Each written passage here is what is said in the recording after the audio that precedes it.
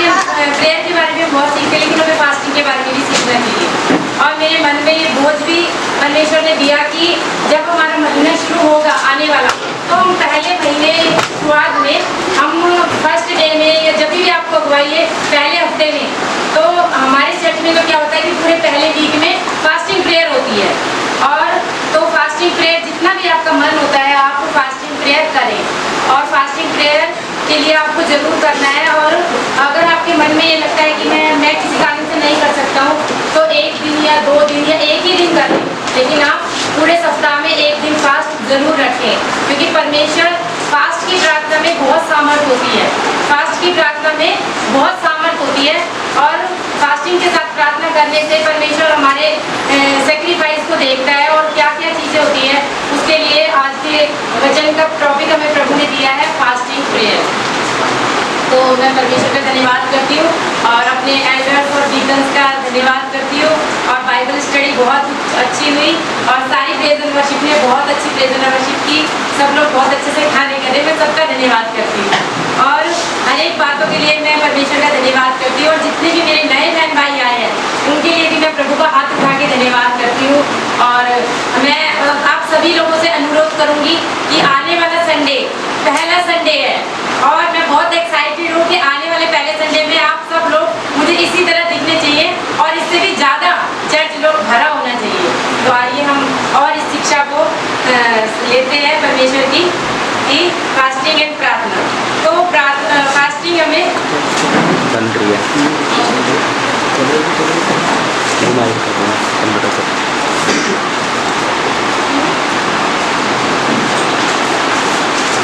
Fasting क्या होती है? फास्टिंग होती है जब हम बिना उपवास क्या होता है? उपवास होता है जबकि हम खाना नहीं खा रहे हैं और बिना खाना खाए अपने परमेश्वर को हम समय दे रहे हैं, और हम प्रार्थना कर रहे हैं। उस समय में हम क्या करते हैं? प्रार्थना करते हैं, और प्रार्थना करते हैं ताकि वो समय जो हम खाने के लिए दे रहे हैं वो समय उस काम प्रार्थना का समय हम खाने के अंदर बिजी होकर अपना ध्यान ना दें, और हम अपने आप को हर चीज़ से अलग होकर अपने आप को, अपने मन को, अपने आत्मा को परमेश्वर के लिए दिए और परमेश्वर के लिए हम तैयार करें। तो इसीलिए इसी समय को हम क्या कहते हैं? फास्टिंग। और हम में से कुछ लोग क्या करते हैं? हम में से कुछ लोग क्या करते हैं कि हम पानी पी लेते हैं, और पानी पीते हैं और पानी पीते रहते हैं फास्ट में। लेकिन परमेश्वर क्या देखता है? परमेश्वर हमारा हृदय देखता है। परमेश्वर हमारा हृदय तैयार है या नहीं है वो चीज़ देखता है। जैसे कि हमने जो समय हमें प्रार्थना में कि परमेश्वर का वो जो समय है हम प्रार्थना में और वचन पढ़ने में बिता रहे हैं, या फिर हम अपने गप्पों में बातें कर रहे हैं, या फिर फास्ट खोलने के बाद क्या खाना खाएंगे पहले उस चीज़ों में हम सोचने में लगे हैं। और फास्ट रखते हुए भी हम हमारा दिमाग यही सोचते हैं कि मैं भूखा हूँ और मुझे मेरा दिमाग कुछ काम नहीं कर रहा है। हमें ऐसा प्रिटेंड नहीं करना है, क्योंकि ऐसा होता है, क्योंकि कई बार हमें आदत नहीं होती है भूखे रहने की, कई बार हम फास्ट रख भी नहीं पाते हैं, क्योंकि ये बहुत मुश्किल होता है। क्योंकि ज़्यादातर जो लोग बिल्कुल भी नहीं रह सकते उनके लिए बहुत मुश्किल है। पर अगर हम परमेश्वर से प्रेम करते हैं और हमारे अंदर एक इच्छा है कि मेरे जीवन में मुझे कंप्लीट कोई चीज़ चाहिए, तो हम फास्टिंग के द्वारा भी अपने परमेश्वर से ये एप्लीकेशन है कि पावरफुल एप्लीकेशन मैं ये कह सकती हूँ कि यह एक पावरफुल एप्लीकेशन की तरह होगी। और जैसे कि मैं ये भी कह सकती हूँ ये एक तलवार की तरह भी होगी कि जो चीज़ आप हटाने की कोशिश कर रहे हैं और वो चीज़ नहीं हट पा रही है, तो अगर आप फास्टिंग प्रेयर करते हैं तो परमेश्वर आपकी उस प्रार्थना को बहुत जल्दी, आपके कष्ट को देख रहा है, आपके भूखेपन को देख रहा है। और वो समय जो आपने सारा किचन में लगाते थे, या फिर उसके लिए सोचते थे आज मैं मार्केट जाऊँगा, आज मैं ये खरीदूँगा, क्योंकि खाना किचन में बनाने मुश्किल नहीं होता है, उससे पहले आपको मार्केट में जाना होता है, और उस मार्केट में जाने से पहले आपको अपने माइंड में तैयार करना होता है कि मुझे क्या बनाना है। तो इतना समय हमारा ले लेता है खाना। तो इसीलिए परमेश्वर चाहता है कि उस दिन, जिस दिन आप मुझे सोचो, तो उस दिन क्या करो? आप खाने की सोच को एक तरफ रखकर मेरी तरफ अपनी सोच लगाकर और मेरे पास आकर सिर्फ मुझे ढूंढो, तो मैं तुम्हारे लिए सब कुछ करूँगा। और हम हमेशा रोज प्रार्थना करते हैं, लेकिन जब हम प्रार्थना करते हैं फास्ट से, तो हम सीरियस प्रार्थना करते हैं कि आज मैंने फास्ट किया, मैंने आज स्पेशल टाइम किया। अगर हम बाकी लोगों को देखेंगे तो वो जब उपवास रखते हैं तो वो कितनी तैयारियां करते हैं, तो हमें भी अपने परमेश्वर के लिए उसी तरह से अपने मन में फास्ट रखकर तैयारी करके कि हाँ आज मुझे अपना समय किसी को नहीं लेना है और आज मुझे अपने आप को तैयार भी करना है और मैं आज परमेश्वर के लिए तैयार हूँ। और कई बार जब भी मैं फास्ट रखती हूँ मेरे को जब मेरी छोटी सी गवाही है कि मेरा पहला बेबी मिसकैरेज हो गया था, तो मैंने काफ़ी डॉक्टरों को दिखाया तो मुझे बेबी नहीं हो पा रहा था। तो मैंने कहा प्रभु मैं किसी डॉक्टर से विश्वास नहीं करूँगी, मैं आपके पास आऊँगी। और मैंने प्रेयर की और मैंने अपने आप से कहा कि मैं हमेशा फ्राइडे फास्ट करा करूँगी और मेरा बेबी हो जाएगा मैं तब भी फ्राइडे फास्ट करूँगी। तो मैंने क्या सोचा कि मैं हमेशा फ्राइडे को ऐसे तैयार होती थी अपने घर में जैसे मुझे कहीं पार्टी में जाना है। तो मेरे घर के लोग क्या बोलते हैं, आज तूने बड़ी साड़ी वाड़ी पहनी, आज तू बड़े सुबह से नहा के तैयार हो गई है। मैंने कहा आज मुझे कुछ नहीं करना है, आज मुझे कमरे में बंद होकर प्रेयर करनी है, आज मुझे अपने परमेश्वर से मिलना है, तो मैं आज उसी से मीटिंग करने जा रही हूँ। तो मैंने आज अपने आप को प्रेयर के लिए तैयार हूँ, आज मैं अपने यीशु मसीह के लिए तैयार हुई हूँ, आज मैं अपने परमेश्वर के लिए तैयार हुई हूँ। तो मैंने स्पेशल अपने आप को तैयार किसके लिए किया, अपने परमेश्वर के लिए किया, क्योंकि मुझे मालूम है कि वो मेरे साथ है, वो मुझे देख रहा है और वो मुझे खड़ा है। क्योंकि परमेश्वर के वचन को जब हम मानते हैं, ग्रहण करते हैं, तो हमें ये विश्वास होना चाहिए अपने हृदय में, अपने माइंड में कि यस वो है और वो मुझे देख रहा है। और तो मैं और मेरे घर के सारे परिवार के लोग कहते हैं ये फास्ट कर रही है।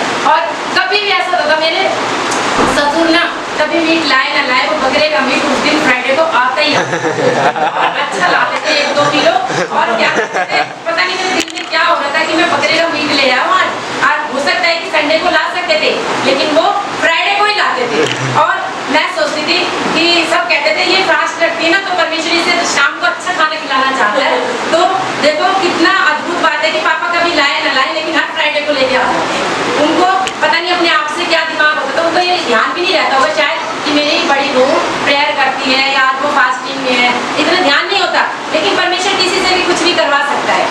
लेकिन और आप सच में अद्भुत बात है ये बहुत।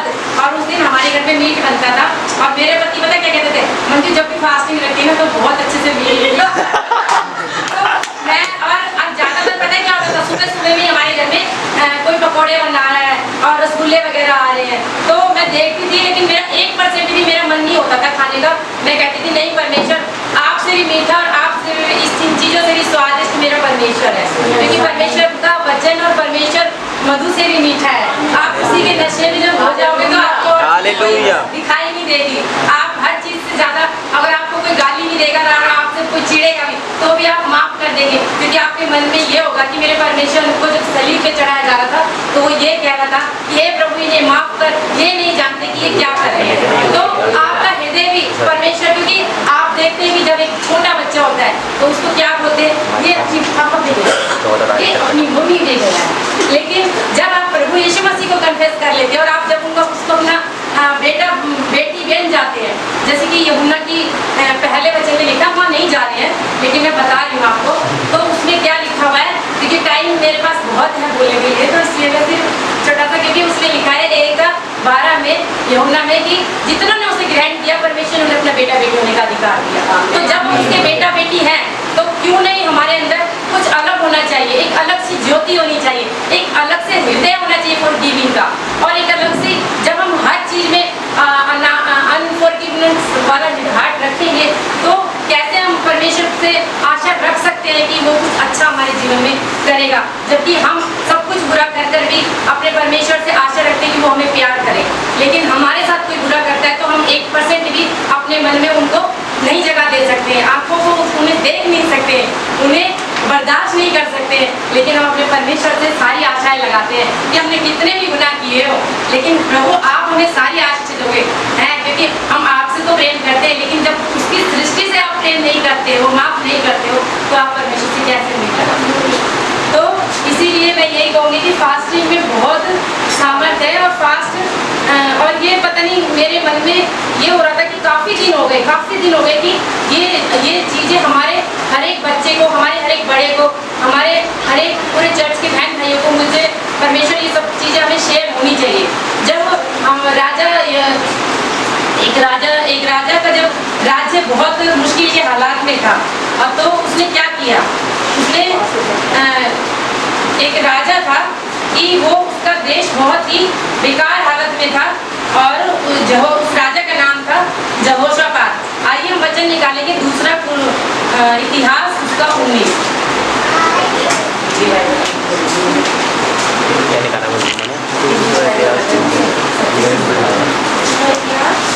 पीछे सामने से दूसरा इतिहास उसका 2:21। अगर ये बंद हो तो जाए ये इसे दो बंद कर खड़े होते हैं जो चार तरफ वो जब नजर करते हैं तो वो क्या करते हैं, वो अपने राजा को बोलते हैं कि देखो आज हमारे देश में हमें कुछ लोग ऐसे दिखाई दिए, खतरा दिख रहा है हमें, तो शायद हमारे देश पर फिर से कुछ चढ़ाई होने वाली है। तो उन्होंने क्या किया, अपने राजा को बताया। तो राजा क्या हुआ, 3 अगर हम पढ़ते हैं, तब यहोशापात डर गया और यहोवा की खोजने लग गया और पूरी यहूदा में क्या किया, उसने उपवास का प्रचार किया। हालेलुया। तो आज हम किसके बारे में सीख रहे हैं, उपवास के बारे में सीख रहे हैं। तो उपवास का प्रचार किया। तो उपवास करने उसने किस लिए किया, क्योंकि वो जानता था कि जब हम उपवास करके अपने परमेश्वर के सम्मुख आएंगे तो परमेश्वर के लिए कोई भी बात असंभव नहीं है और वो हमारा परमेश्वर असंभव को भी संभव करना जानता है। हालेलुया। तो जबकि वो उसने ये नहीं कहा कि मेरे जितने भी तैयार घोड़े हैं उनको तैयार करो, जितने भी सैनिक तैयार हैं उन्हें एक साथ बुलाओ, मैं उनसे ऐलान करूंगा कि जाओ इधर उधर खड़े हो जाओ। लेकिन उसने क्या किया, उसने उपवास का किया। क्योंकि वो जानता था कि जितनी ताकत मेरे सारे जितने भी हथियार चलाने वाले हैं और जितने भी मेरे घोड़े हैं, जितने भी मेरे हथियार हैं, तो उन सबसे ज्यादा ताकत मेरे परमेश्वर में है। अगर वो हमारी ओर है तो मेरे थोड़े से सैनिक भी उन सब के ऊपर उपरबल हो जाएंगे, क्योंकि वो जानता था कि जब मैं उपवास करके पुकारूंगा तो मेरा परमेश्वर मेरे पास आएगा और वो मेरे साथ मेरी मदद करेगा और वो किसी को भी नहीं छोड़ेगा। ये बात वो जानता था अच्छी तरीके से। आज हमारे जीवन में भी जब बहुत सारी मुश्किलें आती हैं तो हमें ये मालूम होना चाहिए कि मैं अपने परमेश्वर के सम्मुख जाऊंगा और मैं उपवास करूंगा और ऐसी कोई ये बीमारी जा नहीं रही है, ये फाइनेंशियली प्रॉब्लम ठीक नहीं हो रही है, मेरे घर में ये माहौल ठीक नहीं हो रहा है, मेरे ऑफिस में माहौल ठीक नहीं हो रहा है, मेरा माइंड की शांति चली गई है, मैं सबसे अच्छा रहता हूँ लेकिन मुझसे कोई मुझे समझ नहीं पा रहा है और मैं कैसे किसी को अपने हालातों को कैसे बता सकता हूँ। तो आप परमेश्वर की नजदीकी में आ जाए और आप बात करके प्रार्थना करें और लोग आपको समझना शुरू कर देंगे, परमेश्वर आपके पास आ जाएगा और आपको पता भी नहीं चलेगा कि आप किस अद्भुत रीति से उस मुश्किल से चले गए हैं और किस तरह परमेश्वर आपकी ओर से जाके उन चीज़ों को सॉल्व कर देगा और आपकी हर एक प्रश्न का परमेश्वर आपको उत्तर देगा। धन्यवाद करते हैं परमेश्वर का। एक और वचन देखते हैं कि जैसे कि परमेश्वर ने क्या किया, जैसे कि परमेश्वर ने मदद की यहोशापात की, तो वैसे ही आज अभी के लिए अपने आप को प्रिपेयर कर रहे थे, लेकिन वो राजा के पास जाकर मदद मांग सकते थे कि राजा हमें घोड़े चाहिए, हमें भोजन चाहिए, लेकिन उन्होंने क्या किया, उन्होंने अपने आप को शर्म महसूस की कि हम कैसे मांगे। और ऐसा होता है कई बार, कुछ लोगों को मांगना ही मांगने का होता है तो, और कुछ लोगों को ना जरूरत हो तो भी मांगना है और लेकिन कुछ लोग इतने मतलब इतने अच्छे होते हैं कि गट्सफुल होते हैं कि उन्हें क्या होता है कि नहीं हम नहीं मांगेंगे, हम नहीं मांगेंगे, अगर हम मांगेंगे तो परमेश्वर से मांगेंगे, हम किसी को भी मांगकर तंग नहीं करेंगे लेकिन हम अपने परमेश्वर से मांगेंगे। तो उसने क्या किया, एजरा ने क्या किया, यहाँ पर उसने क्या किया, अगर हम देखते हैं 23 तक पढ़ेंगे अपना 21 से 23 तक। क्योंकि मैं मार्ग के शत्रुओं से बचने के लिए सिपाहियों का दल और सवार राजा से मांगने के लिए लजाता था, क्योंकि हम राजा से यह कह चुके थे हमारा परमेश्वर अपने सब फौजियों पर भलाई के लिए कृपा दृष्टि रखता है और जो उसे त्याग देते हैं उसका बल और कोप उनके विरुद्ध है। इसी विषय पर हमने उपवास करके अपने परमेश्वर से प्रार्थना की और उसने हमारी सुनी। हालेलुया। यहाँ पर परमेश्वर ने क्या किया, उनकी यात्रा को सफल किया, उन्हें हर चीज मुहैया करवाई और क्या किया कि प्रार्थना परमेश्वर की ने उनकी सुन ली, क्योंकि उन सब लोगों ने क्या किया, उपवास के साथ प्रार्थना की, उपवास के साथ प्रार्थना की। तो ये छोटी सी यहाँ पर हम 3 में पूरा 21 से लेके 23 तक में हम क्या देखते हैं कि यहोवा को धन्यवाद करते रहो। Hallelujah, hallelujah church, hallelujah. यहाँ पर हम देख रहे हैं कि उन्होंने टाट पहने और सिर पर धूल डाले और इकट्ठे हुए और तब इजराइल के वंश के लोग सब अन्य जाति लोगों से अलग हो गए और इकट्ठे होकर अपने अपने पापों और पुरखाओं के अधर्म के कामों को मान लिया, यानी कि उन्होंने अपने अपने गुनाहों का और अपने अपने पूर्वजों के गुनाहों का तैयार होना चाहिए, अच्छे से कपड़े पहनने चाहिए, नहाना चाहिए और अपना फेस को ऐसे नहीं रखना चाहिए आज उपवास करना इसलिए भूखा इसलिए ऐसा लगा है ना। बार बार लोगों को अब जाहिर नहीं करना चाहिए, क्योंकि फिर तुम अपना आप कहीं अरे ये तो बहुत गर्मी देखो फास्ट भी रखते हैं उपवास भी रखते हैं। तो परमेश्वर को दिखाए अपना प्रेम, लोगों को मत दिखाए कि मैं आज तो हमने व्रत रखे हैं, आज तो हम उपवास करें। ये सब प्रभु देख रहा है, प्रभु की आंखें सब जगह लगी हुई है। तो इस तरीके से हम अपने परमेश्वर के लिए और प्रार्थना करने में क्या होता है कि हम जीतते हैं अगर हम जब भी प्रार्थना करते हैं तो victory in the fasting and prayer. तो परमेश्वर से जब हम उपवास की प्रार्थना करते हैं तो हमें जीत हासिल होती है, विजय हासिल होती है हर चीज़ पर, हर बीमारी पर, हर जो हमें सिचुएशन पर हमें क्या होती है, जीत मिलती है। और जो भी चीज़ें होती है जो हमें इम्पॉसिबल लगती है उस पर हमें परमेश्वर विजय दिलाता है।